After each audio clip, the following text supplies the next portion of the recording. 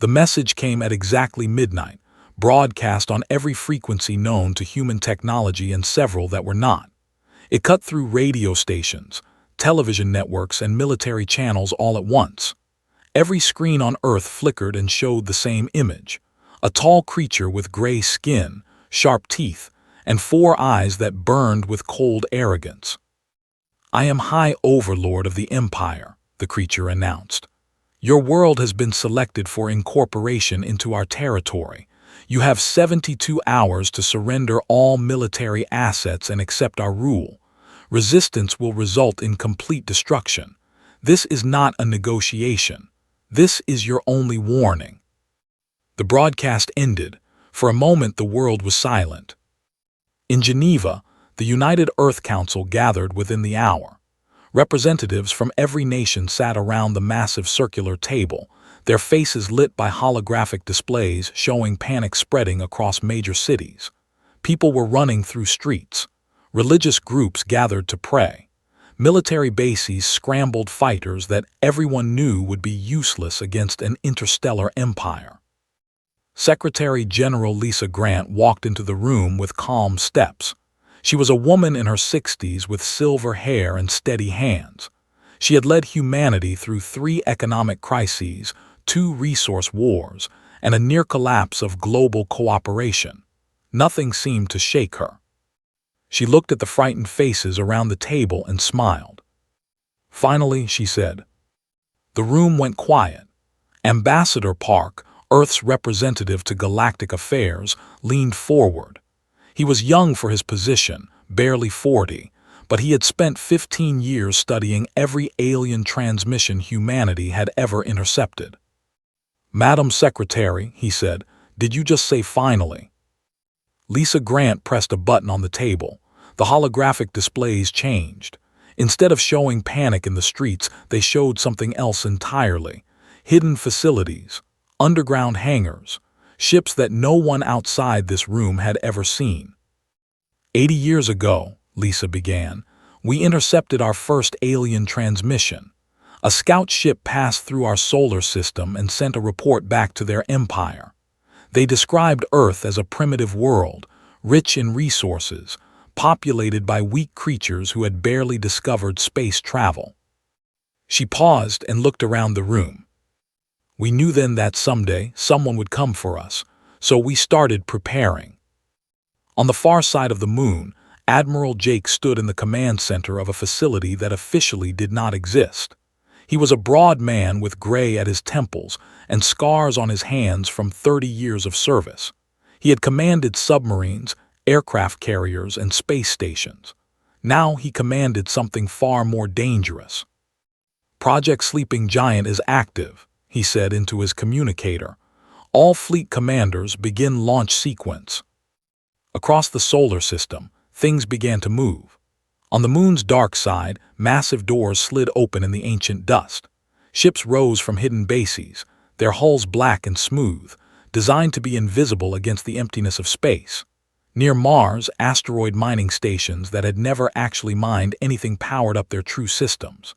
In the orbit of Jupiter, where Earth's official presence was just a small research station, an entire battle fleet emerged from hidden docks carved into the moons. 800 ships in total, each one built with technology that humanity had spent decades developing in secret. Admiral watched the fleet come together on his display. These ships were not copies of alien designs. They were something new. Human engineers had taken every piece of alien technology they could find, studied it, and then asked one simple question: how can we make this better? "Admiral," his communications officer said, "we're receiving updates from the intelligence division. The fleet is 3,000 ships strong. They'll arrive at the edge of our system in 48 hours. Nodded, 3,000 against 800. Those were bad odds by any normal measure, but humanity had never been normal. "Have they detected our fleet?" he asked. "No, sir. They still think we're a primitive species with chemical rockets and nuclear weapons." Allowed himself a small smile. "Good, let them think that." Back in Geneva, Lisa Grant was explaining the situation to the council. Many of them had known about the secret preparations. Some had not. The ones who had not looked shocked. The ones who had known looked relieved that the waiting was finally over. "We have spent 80 years building a military force in secret," Lisa said. "We have trained soldiers in hidden facilities. We have developed weapons that no alien species has ever seen. And most importantly, we have studied our enemy." She brought up a display showing the Empire. 400 star systems, dozens of conquered species, a military that had not faced a real challenge in 300 years. "They are powerful," Lisa continued, "but they are also arrogant. They have won so many easy victories that they have forgotten what a real fight looks like. They expect us to surrender or die quickly. They do not expect us to be ready." Ambassador Park raised his hand. "What about the other species in the galaxy? Will anyone help us?" Lisa shook her head. "Not openly. They have crushed every species that opposed them. But our intelligence suggests that many worlds are watching. If we can prove that they can be beaten, everything might change." She stood straight and addressed the full council. "In 72 hours, the fleet will arrive expecting to find a helpless planet begging for mercy. Instead, they will find humanity waiting for them. We have prepared for this moment for 8 decades. We have sacrificed, worked in secret, and built something extraordinary. Now it is time to show the galaxy what humans can do when they refuse to kneel." In cities around the world, the panic began to fade. Word spread through military channels and then through unofficial ones. Earth was not helpless. Earth had been ready. Admiral watched his fleet take formation. 800 ships crewed by men and women who had trained their entire lives for this moment. They were not afraid. They were eager. He opened a channel to all ships. "This is Admiral. For 80 years we have waited in the shadows. We built our strength in secret because we knew this day would come. Now the enemy approaches, believing they will find easy prey. They are wrong." He looked at the stars on his. "We are humanity. We do not surrender. We do not run. And when someone threatens our home, we do not hide. We fight, prepare for battle." Across the fleet, crews moved to their stations. Weapon systems powered up, shields activated. Earth had spent 80 years preparing for war. Now the war had finally come. And humanity was ready. The fleet dropped out of hyperspace near Neptune, and Fleet Commander allowed himself a moment of satisfaction. 3,000 warships spread across the darkness of space, their hulls gleaming with the power of an empire that had conquered hundreds of worlds. Behind him, his officers worked at their stations with the casual ease of soldiers who had never known defeat. "Scan the system," ordered. "Find their pathetic defenses so we can destroy them quickly." His sensor officer worked for a moment, then frowned. "Commander, I am detecting some anomalies near the 4th planet." "Anomalies, explain." "There appear to be ships, sir. Many ships." Laughed. "Of course there are ships. The humans have their little rockets and satellites. They are nothing compared to our fleet." "Sir," the sensor officer said slowly, "I am counting over 800 vessels, and their energy signatures are unlike anything in our database." The laughter died in his throat. Captain Danny Cole stood on the bridge of the Defiance, watching the fleet appear on his sensors. He was a lean man with calm eyes and steady hands. He had been trained for this moment since he was 18 years old. 20 years of preparation, and now the enemy was finally here. "All weapons online," reported Lieutenant Amy from the tactical station. She was young but brilliant, the top graduate of Earth's secret naval academy. "Shields at full power. The fleet is in formation and awaiting your orders." Cole nodded. "Signal Admiral, tell him the guests have arrived." Aboard his command ship, Admiral received the message. He looked at the tactical display showing the two fleets. They had numbers on their side, but numbers were not everything. "Open a channel to the fleet," said. His communications officer looked surprised. "Sir, Do it. I want to give them one chance. The channel opened. Across the void of space, Fleet Commander received a transmission from a human ship. He almost ignored it, but curiosity made him accept the call. A human face appeared on his screen, an older male with gray hair and a calm expression. "I am Admiral Jake of the Earth Defense Fleet," the human said. "You have entered our territory with hostile intent. I am offering you one opportunity to withdraw. Take your ships and leave. Tell your Emperor that Earth is not the easy target he believed. If you continue your approach, we will destroy you." Stared at the screen, then he started laughing. "You threaten me, with your 800 ships against my 3,000. Human, you are either brave or stupid, perhaps both. Your species will make excellent slaves once we have broken your little resistance." His expression did not change. "I tried, remember that." The channel closed. Was still smiling when the first shots hit his fleet. The human ships moved faster than anything they had ever seen. They did not fly in straight lines like proper warships. They twisted and turned, using maneuvers that should have been impossible for vessels their size, and their weapons were something out of a nightmare. The first volley struck 50 ships simultaneously.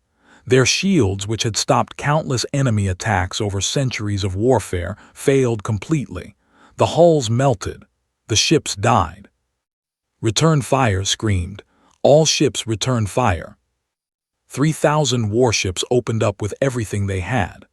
Plasma beams, missile batteries, and energy cannons filled space with deadly light, enough firepower to destroy a planet.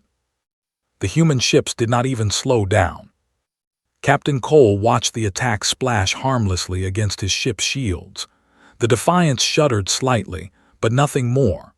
Around him, the rest of the human fleet absorbed the assault with equal ease. "Adaptive shielding holding at 92%, Lieutenant reported. "Their weapons are exactly as our intelligence predicted, powerful but primitive." Cole allowed himself a small smile. For 80 years, human scientists had studied alien technology. They had not simply it. They had improved it. The shields protecting the human fleet could analyze incoming attacks and adjust in real time, becoming stronger against whatever weapons the enemy used.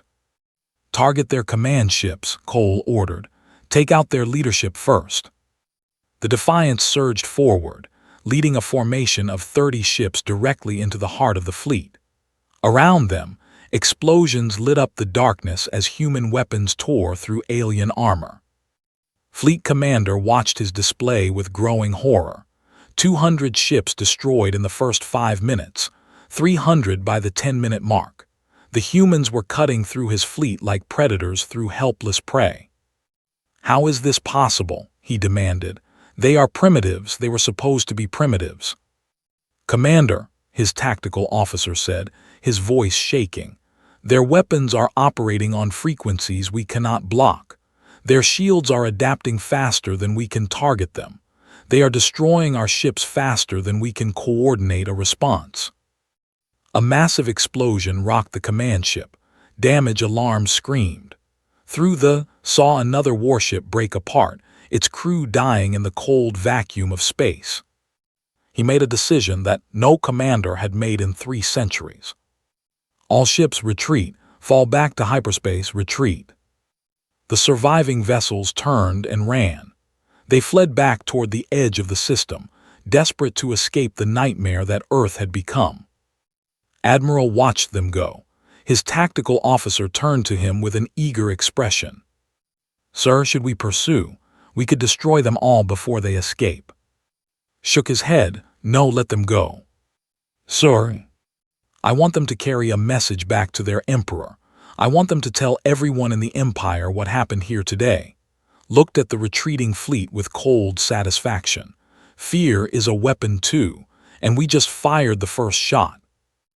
As the survivors limped away, Captain Cole brought the Defiance alongside the Admiral's ship. The battle had lasted less than 30 minutes. Earth had lost 12 ships. They had lost over 600.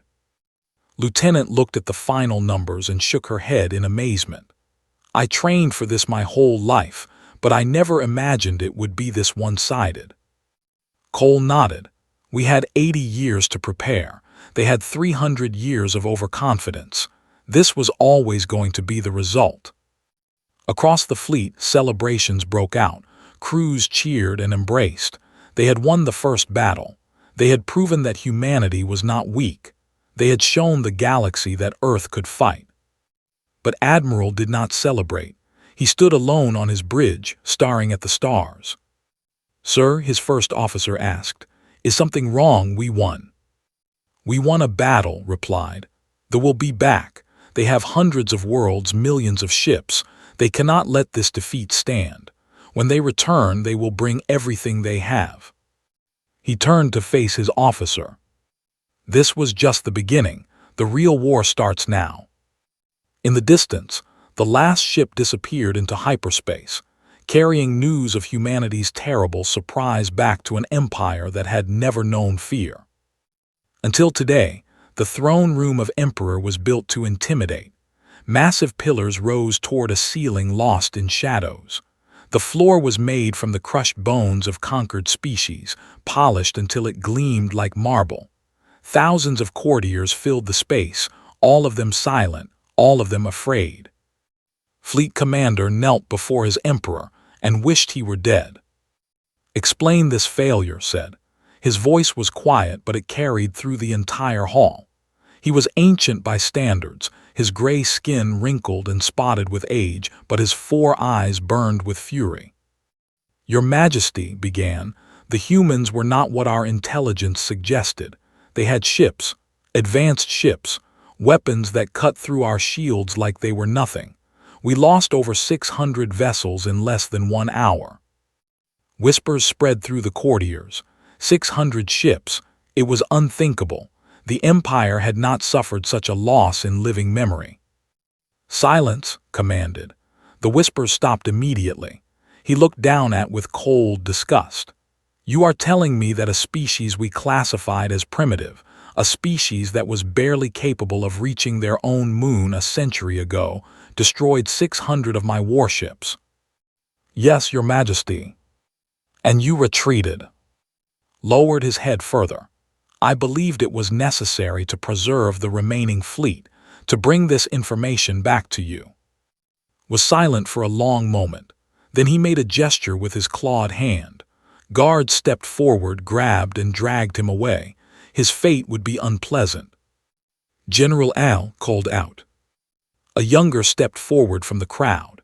He was tall and from many battles, known throughout the Empire as the greatest military mind of his generation. "You will take command of the war against Earth," said. "You will have every ship we can spare. Crush these humans. Make an example of their world that will echo through the galaxy for 1,000 years." Al bowed deeply. "It will be done, Your Majesty." Across the galaxy, other species were watching. In the trading halls of the collective, merchants who dealt in information gathered around displays showing the battle data. There were thin, elegant beings with pale blue skin and large black eyes.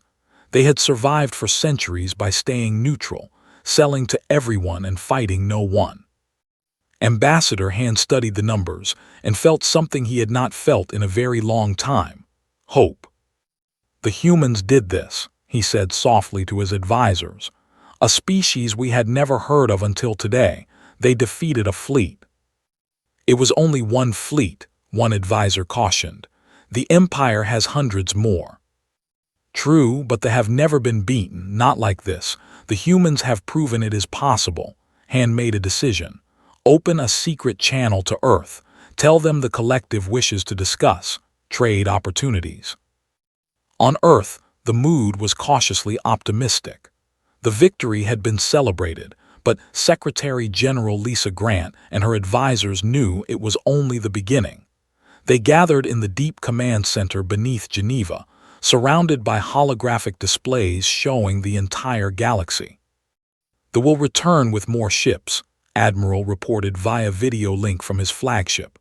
"Our intelligence suggests General Al has been given command. He is smarter than, he will not underestimate us." Chancellor Myra, head of Earth's Intelligence Division, nodded. She was a small woman with sharp features and sharper eyes. For 30 years, she had run the most extensive spy network humanity had ever created. "We have agents in place throughout the Empire," she said. "They have been gathering information for decades. When the war began, we activated protocols that will feed us real-time intelligence on enemy movements." Lisa Grant studied the display showing space. "We cannot simply wait for them to attack again. Each battle we fight near Earth puts our people at risk. We need to take the war to them." "Agreed," said. "I have a plan. We strike at their shipyards. Without the ability to build new vessels, their advantage in numbers will disappear over time." "There is another element," Chancellor added. She brought up a new display showing the communication network. "Their military coordination depends on a central hub system. Destroy it, and their fleet becomes blind and disorganized." "Can we reach it?" Grant asked. "It will require a ground team, special forces inserted behind enemy lines while our fleet provides a distraction, highlighted a route through enemy space. I have a team ready, Sergeant Clark and his unit. They are the best we have." Sergeant Clark stood in the briefing room with his team, studying the mission parameters. He was a quiet man, average in appearance, but he had survived operations that would have killed anyone else. His team of 12 soldiers represented the best of humanity's secret military program. "The mission is simple," the briefing officer explained. "Infiltrate the communication hub on station, plant explosive charges, get out before the station explodes. Easy." Clark's team exchanged glances. Nothing about this mission was easy. Station was deep in enemy territory, heavily guarded and essential to the war effort. "How do we get in?" Clark asked. "You will travel aboard a captured transport. Our tech teams have modified it to pass basic scans.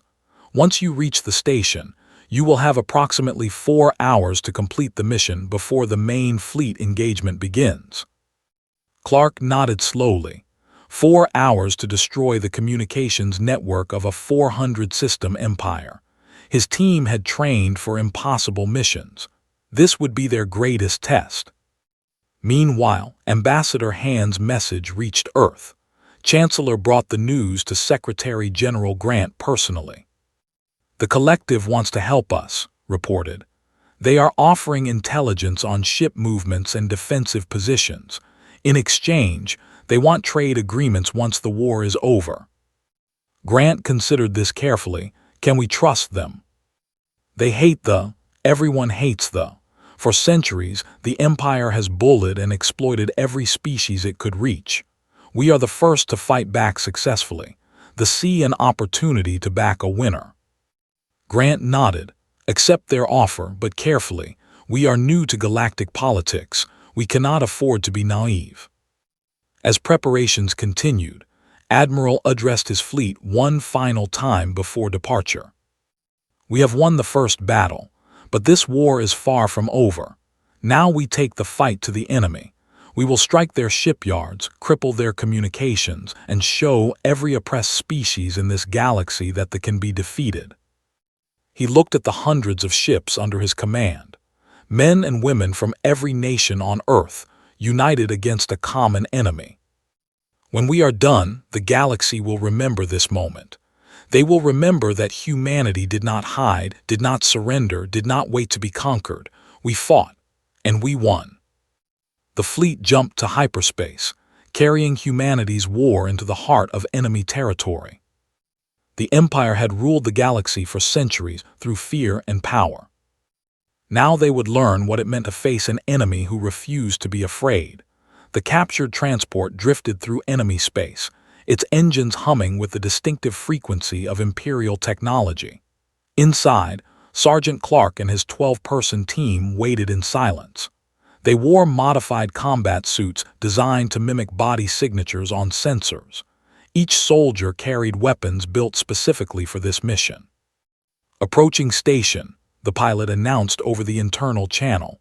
"Security checkpoint in 5 minutes." Clark checked his weapon one more time. The station ahead was the nerve center of military communication.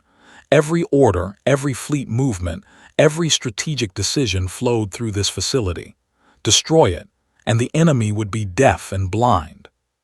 "Remember the plan," Clark said quietly to his team. "We have 4 hours, in and out. No heroics, just get the job done." The transport slowed as it approached the massive station. Was built into an asteroid, its surface covered with communication arrays and defensive weapons. Dozens of ships moved around it, loading supplies and transferring personnel. A voice crackled through the communication system. "Transport vessel, identify yourself and state your purpose." Their pilot, a woman named Kate Palmer who spoke fluent after years of intelligence work, responded calmly. "Supply delivery from the outer rim, carrying technical components for the communication arrays." A tense pause followed. "Then, proceed to Docking Bay 7, prepare for inspection." The transport glided into the station. As they docked, Clark felt his heart rate increase slightly. This was the most dangerous moment. If they discovered them now, the mission would end before it began. The docking bay doors opened. 2 guards entered the transport, their weapons ready. They looked at the cargo containers stacked in the hold. "Open them," one guard ordered. Kate Palmer smiled and pressed a button on her control panel. The containers opened. Gas flooded the compartment. The guards collapsed instantly, unconscious before they hit the floor. "Move," Clark ordered. His team emerged from hidden compartments in the cargo hold, dragging the unconscious guards out of sight. Within 60 seconds, they had secured the docking bay and disabled the local security cameras. Team Alpha, head for the primary communication hub. Team Beta, secure the reactor room. We plant charges at both locations.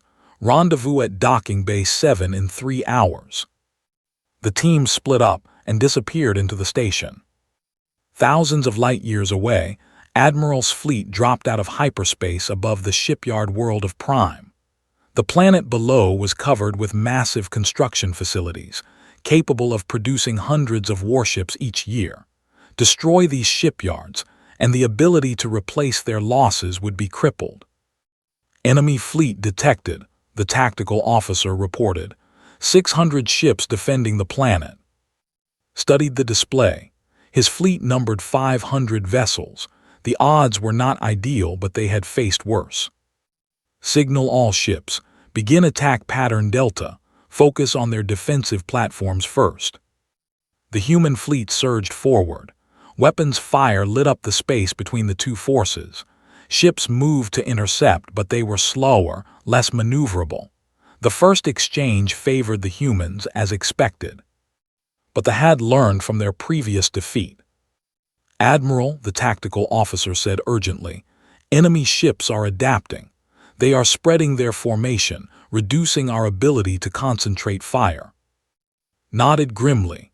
General Al was commanding this defense. The general had clearly studied the first battle and developed countertactics. "They are learning," said. "Good. That means we need to teach them something new." He opened a channel to Commander Amy, who now led her own ship, the S Resolution. "Take your squadron and flank them. Draw their attention away from the main assault."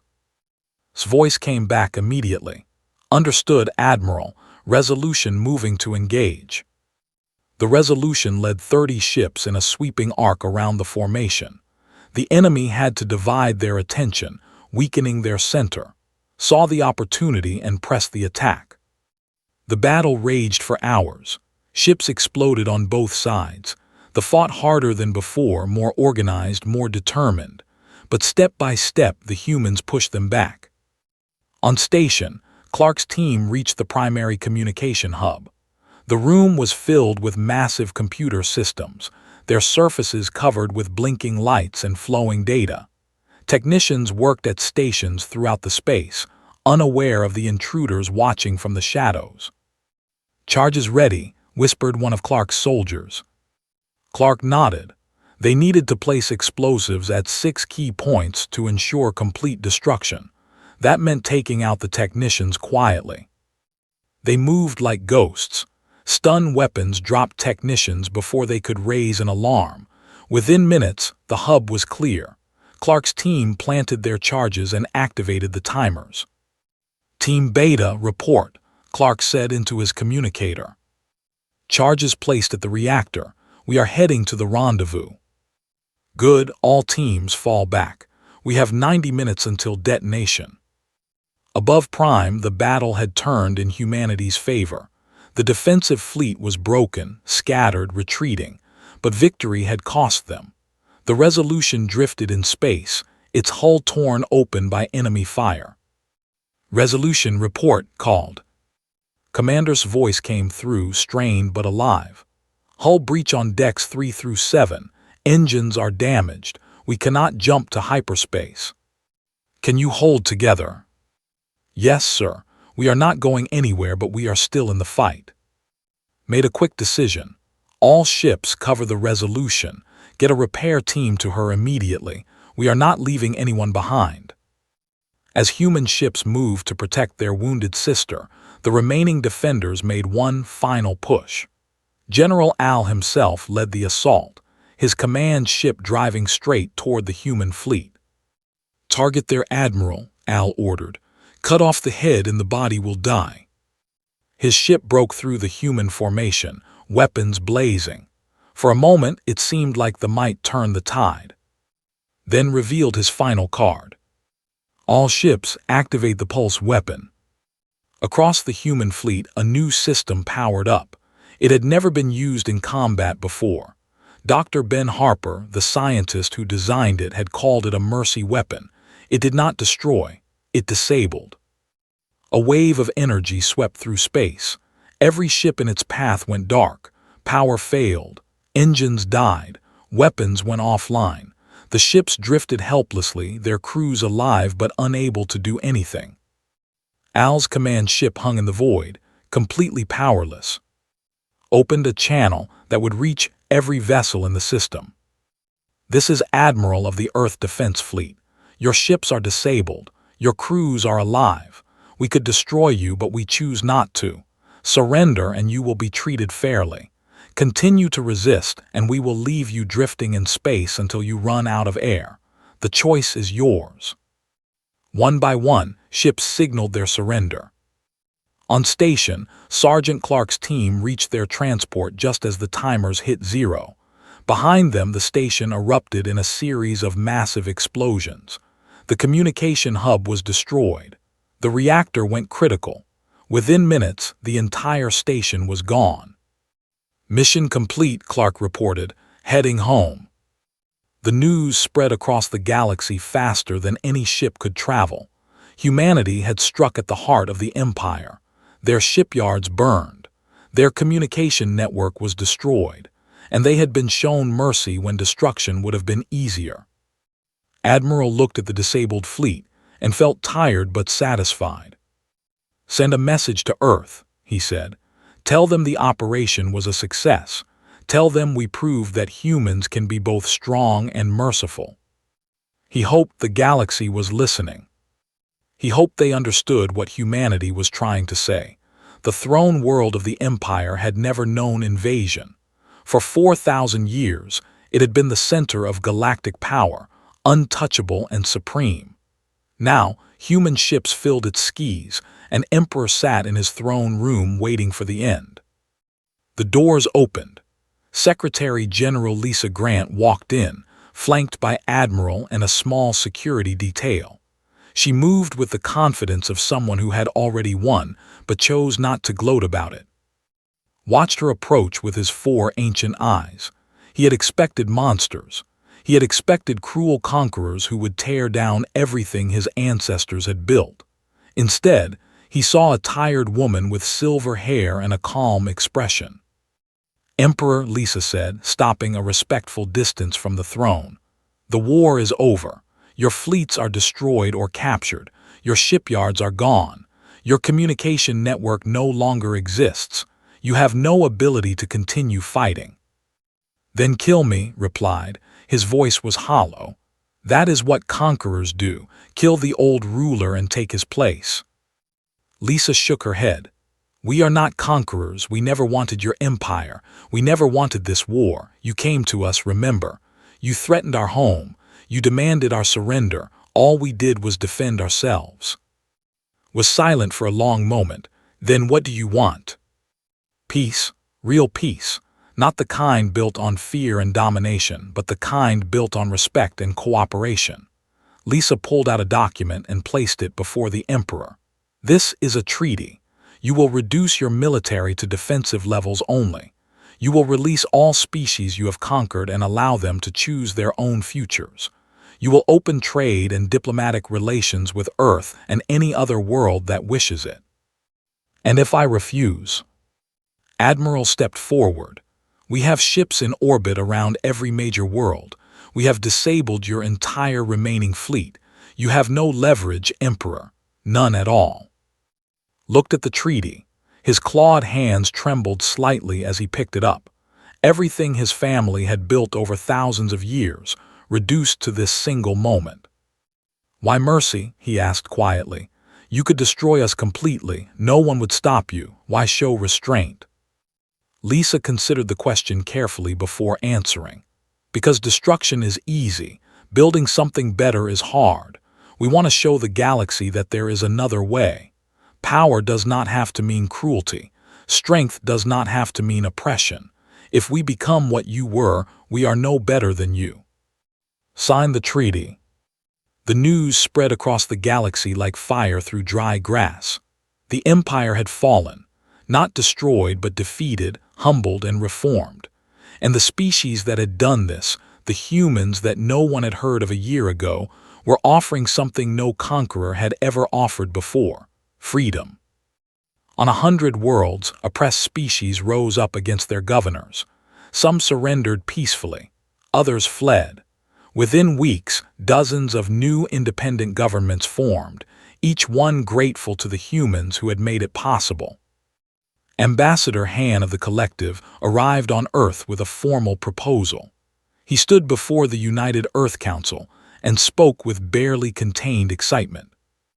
The galaxy needs leadership, not the kind the provided, built on fear and violence, but real leadership, a voice for cooperation and mutual benefit. He looked around the room at the human faces watching him. We are proposing a new coalition, a gathering of free worlds working together for the good of all, and we want Earth to lead it. Lisa Grant exchanged glances with her advisors. This was exactly what they had hoped for, but also what they had feared. Leading a galactic coalition meant responsibility. It meant difficult decisions and impossible choices. It meant becoming something larger than just one planet. We accept, she said finally, but with conditions. This coalition must be built on equality. Every voice matters, large or small. We will not trade one empire for another. We will build something new. Han smiled with his thin blue lips. That is precisely what we hoped you would say. Admiral retired from active service 6 months after the war ended. He passed command of the Earth Defense Fleet to Commander Amy, who had proven herself a dozen times over during the conflict. She accepted the position with quiet determination. The galaxy still has dangers, she told her new officers on her first day of command. They are defeated but not gone. There are other powers out there, some friendly, some not. Our job is to keep Earth safe and to help build this new coalition. It is a big responsibility. She looked at the officers gathered before her, men and women from every nation, representing the best humanity had to offer. But I know we can do it. We are human. When things are hard, we do not give up. When people need help, we do not look away. That is who we are. That is who we will always be. Secretary General Lisa Grant addressed the galaxy 1 year after the war ended. Her speech was broadcast to every world in the coalition and beyond. We spent a century preparing for war because we knew someone would eventually come for us. We built ships and weapons in secret because we had no choice. But we never wanted to rule. We never wanted empire. We only wanted to live freely and peacefully. She paused, looking into the camera that would carry her words across 1,000 light years. Now we have that chance, not just for Earth but for every world that wants it. We offer friendship to any species that desires it. We offer protection to any world that needs it. And we offer a simple promise. Humanity will never become what we fought against. We will never conquer. We will never oppress. We will only build. She smiled, and for a moment she looked less like a leader and more like a grandmother who had lived to see her safe. The galaxy is vast and full of wonders. Let us explore it together. On Earth, life slowly returned to normal. The secret military bases became research stations. The hidden fleet became a peacekeeping force. People who had spent their lives preparing for war found new purposes in a time of peace. And on the throne world, now called simply, a small scene played out that captured everything the war had meant. A human soldier walked through a refugee camp, helping distribute supplies to displaced by the upheaval. A young child, no more than 5 years old, watched the human with wide, frightened eyes. "Are you going to eat us?" the child asked. Propaganda had taught that humans were savage monsters who consumed their enemies. The soldier stopped. He was a young man named Peter Hayes, a private who had joined the fleet straight out of training. He knelt down to meet the child's eyes. "No," he said gently, "we do not eat anyone. We are just people like you." "Then why did you fight us?" Peter thought about the question. How do you explain war to a child? How do you explain fear and defense and survival? "Because someone threatened our home," he said finally. "And when someone threatens your home, you protect it, but the fighting is over now. We just want to help." He reached into his pack and pulled out a small chocolate bar. The child had never seen anything like it. "Try this," Peter said. "It is called chocolate. Humans love it. I think you might like it too." The child took the bar hesitantly, bit into it and smiled. In that moment, watching a former enemy's child taste chocolate for the first time, Peter understood why humanity had fought so hard. Not for power. Not for revenge. Not for empire. Just for the chance to share something good with the universe. That was enough. That was everything.